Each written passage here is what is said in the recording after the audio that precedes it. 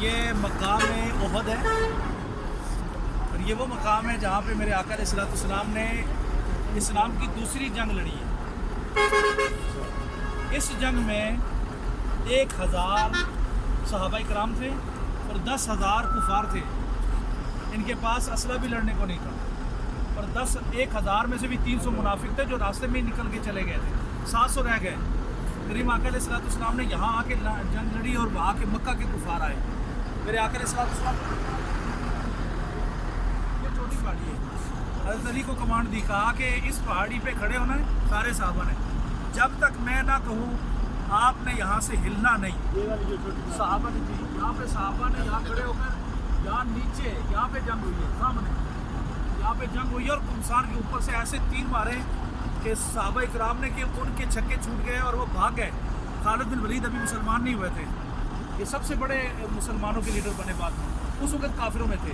تو وہ جب بھاگے نا یہاں سے پیچھے سے بھاگے، تو یہاں پہ جو چھوٹی پہاڑی پہ کھڑے تھے صحابہ، انہوں نے کہا، حضور نے کہا تھا کہ نہیں اترنا، جنگ تو ہو گئی، دشمن بھاگ گئے، غنیمت کو مال نیچے چھوڑ گئے، ہم تو چلیں۔ تو حضرت علی نے کہا نہیں، حضور نے کہا تھا جب تک میں نہ کہوں میں تو نہیں جاتا۔ کئی صحابی نیچے اتر گئے،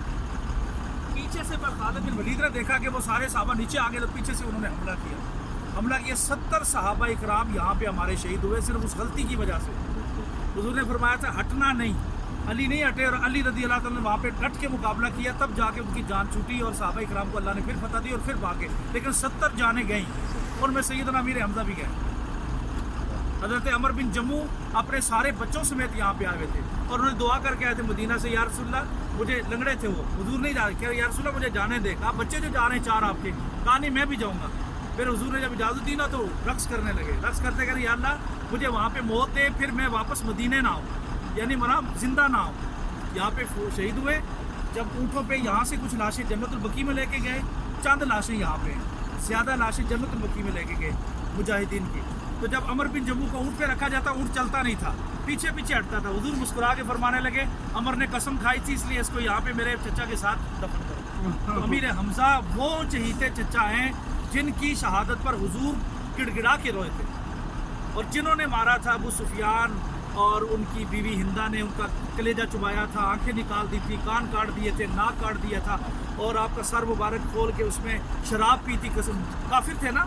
جب وہ مسلمان ہو گئے تو ہماری ساری گلے ختم ہو گئے، لیکن حضور فرماتے تھے اندر جب بھی تو میرے سامنے آیا کر، میرے پیچھے بیٹھا کر، مجھے چچا یاد آتے، اور حضور ہر مہینے ہر سال یہاں آ کے امیر حمزہ کو سلام کرتے تھے، فرماتے تھے قیامت تک ہر مومن کے سلام کا جواب میرے چچا دیں گے،